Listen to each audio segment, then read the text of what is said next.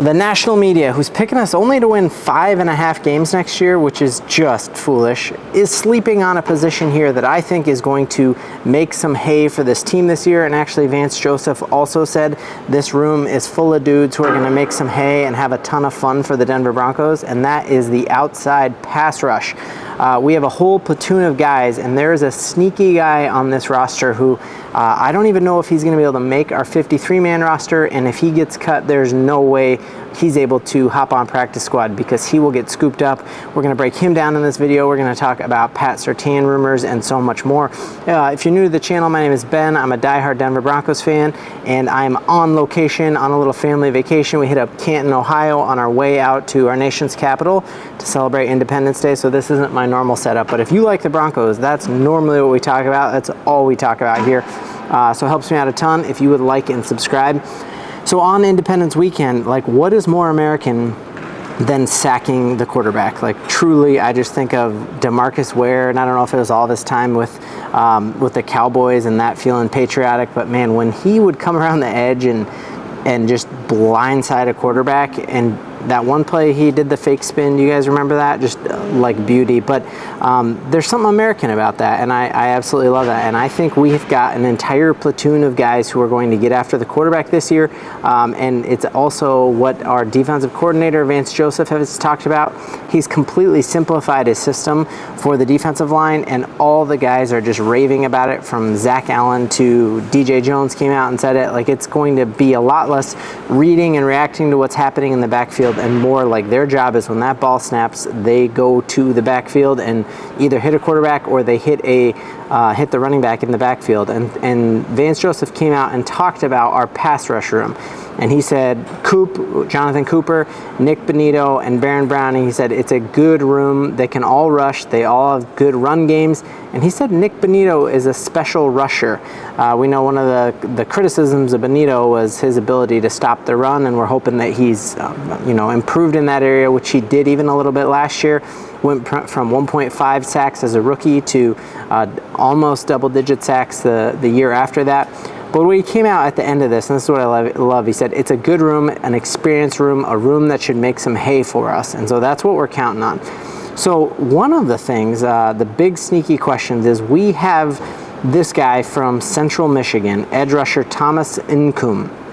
And just built like an absolute tank. When he was deciding on where he wanted to go, he chose the Denver Broncos because we have a history of undrafted free agents not just making the team, but then going on to make the Hall of Fame, right? And so we've seen dudes like Rod Smith undrafted, Chris Harris undrafted, Philip Lindsay undrafted, Mike Anderson undrafted. Like, a lot of dudes have been undrafted. We found the talent and they've made their hay. And so he chose here. And living in the state of Michigan, people just rave about the Chippewas. I still haven't gotten a chance to go and see a game there, but they just say he's an absolute stud, and everyone at Central Michigan was like, hey, this guy's going to be in the league someday. Well, he is, and he made our 53-man roster last year. In college, he had 15.5 sacks and 85 tackles, and his senior year, he had 11.5 sacks. We know we haven't had a 10-sack rusher since Bradley Chubb. That was a long time ago, right? And just looking at some of his film, man, like, this dude is nasty. You're going to watch him here get the safety. Or I don't know if they're calling that incomplete, but man, very urgent in his pursuit, and we're just seeing the speed, a little bit of that bendiness that we see with a Baron Browning. He was invited to the Senior Bowl, which doesn't happen a lot for some of those smaller colleges, and so people are really high on him. But the question becomes, like, how on earth are we going to be able to get all of our platoon of outside rushers on our 53-man roster? Because our 53-man roster is like pretty stacked. Like, we're saying Browning, lock.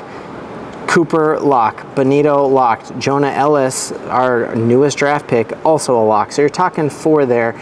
Truly, most teams carry between 4 and 6 outside edge rushers there in that position. So I would say, like, let's say our ceiling is 6. How are we going to get that under 6? Because you got to remember, the other person that I'm insanely excited about is the Myles Garrett of the UFL, and that's Dondrea Tillman.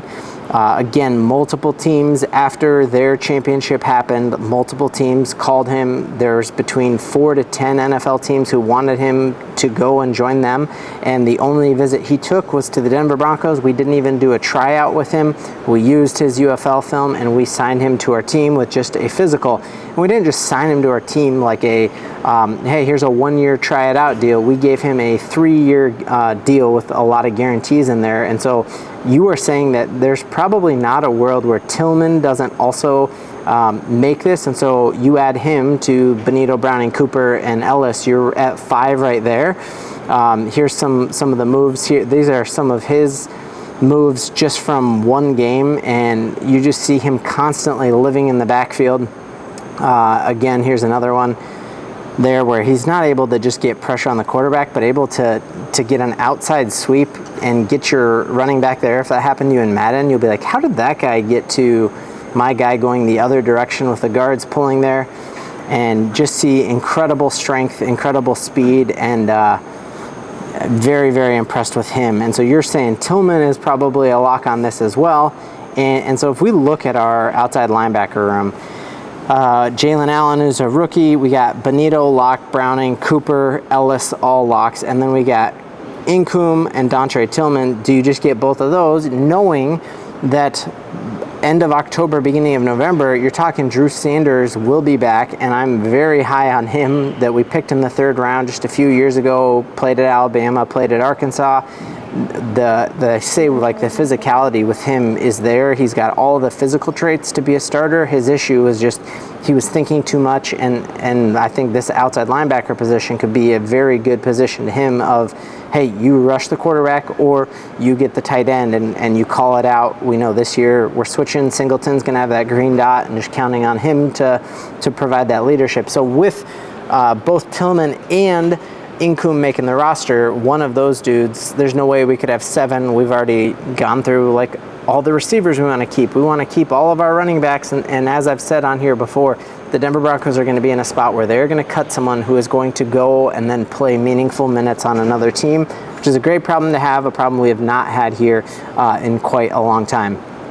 Last thing I want to talk about really quick here is I'm getting blown up with notifications about what is going to happen with Pat Surtain. We know we've got a bunch of guys who are on contract years, him being the one who's going to command the most. We know also Quinn Meinerz, and that's a building block. Bleacher Report had a cool spot that like, hey, in a rebuild, you build around Quinn Meinerz. He's that good. So you got 2 guys right there who you're going to have position setting money with, and so that's led to the question of, do the Broncos really want to rebuild around Pat Surtain? I say absolutely yes, but one of the questions that has come up is, would there ever be a world where the Denver Broncos would trade Pat Surtain for Brandon Ayuk straight up? So I got a buddy who's a diehard San Francisco 49ers fan and said, hey, you do that deal in a heartbeat. And I'm like, hold off here, man. Like, I know Ayuk is good. Watching him, it's impossible to deny his talent, but I also just think that we haven't had an offense that's had that kind of offensive weapons on it, where you have a Kittle, you have a Christian McCaffrey, and you have an Ayuk. And so I wonder how much of his success in the NFL is due to the fact that you've had the defenses who haven't been able to just scheme for him, and he would come here and that would be different. So I would very much hesitate to this. I also just see like the drama that has come along with Brandon Ayuk and just the national media coverage I watch with him asking Jaden Daniels to come with him to press conferences and stuff like that. And so the rumored deal would be that the Denver Broncos move on from Courtland Sutton, and Ayuk would be the new wide receiver 1, and we would trade Pat Surtain to the San Francisco 49ers for Brandon Ayuk straight up.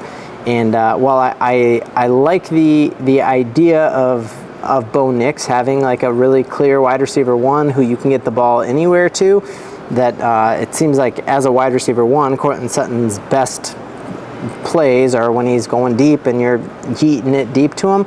I do like the idea for Bo Nix's development to have a Brandon Ayuk, obviously, but man, I just feel like Pat Surtain is a staple of this team.